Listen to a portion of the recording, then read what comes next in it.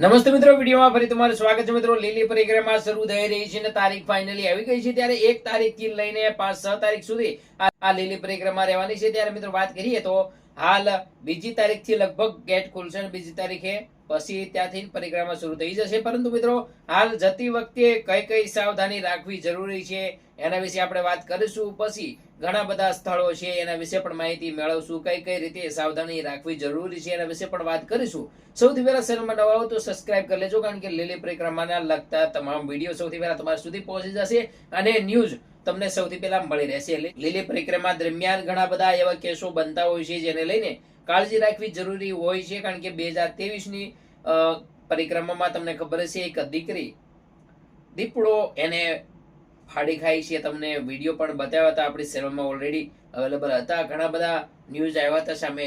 પછી એને લઈને પણ સાવચેતી રાખવી પડે. દીપડા જંગલમાં બીજા જનાવરો પણ જોવા મળતા હોય છે, પરંતુ એને લઈને સાવચેતી રાખવી ખૂબ જ જરૂરી છે. ખાસ કરીને તમે જાઓ છો એ વિસ્તારમાં, વન વિભાગના માણસો હશે, સૈનિકો હશે, એ રક્ષક તો કરતા હશે, ત્યાં આવવા નહીં દે, પરંતુ તો પણ કાળજી રાખવી જરૂરી છે. એટલું નહીં, ત્યાર પછી વાત કરીએ તો નાના બાળકો છે, છોકરાઓ છે, ખાસ કરીને નવા લોકો જે જાય છે એ ભૂલ કરતા હોય છે. નાના છોકરાને બાળકોને સાથે લઈ જતા હોય છે, પરંતુ ખાસ કાળજી રાખજો કે નાના છોકરાને ત્યાં ન લઈ જતા, કારણ કે ખૂબ જ હેરાન થવાનું રહેશે ને તમને પણ ખ્યાલ હશે, જે નવા જતા હશે ખાસ કરીને એ જ ભૂલ કરે છે. તો ખાસ કરીને નાના બાળકોને ન લઈ જતા, કારણ કે પછી ઘણી બધી તકલીફો ઊભી થાય છે.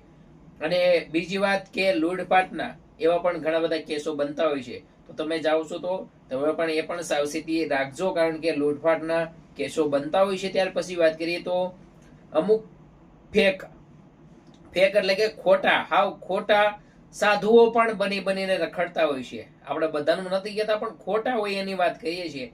ખોટા સાધુઓ પણ બનીને રખડતા હોય છે, તો એને પણ કાળજી રાખવી. ખાસ કરીને આપેની પરિક્રમા દરમિયાન કોઈ પણ જાતના એવા કેસો ન બને એવી આપણે ઈચ્છા રાખીએ છીએ, અને ભગવાન કરીને પહેલા જેવું ન થાય. કારણ કે 2023ની ઘટના તમને યાદ જ છે કેવું થયું હતું. તો વિડીયો શેર કરજો. જય માતાજી.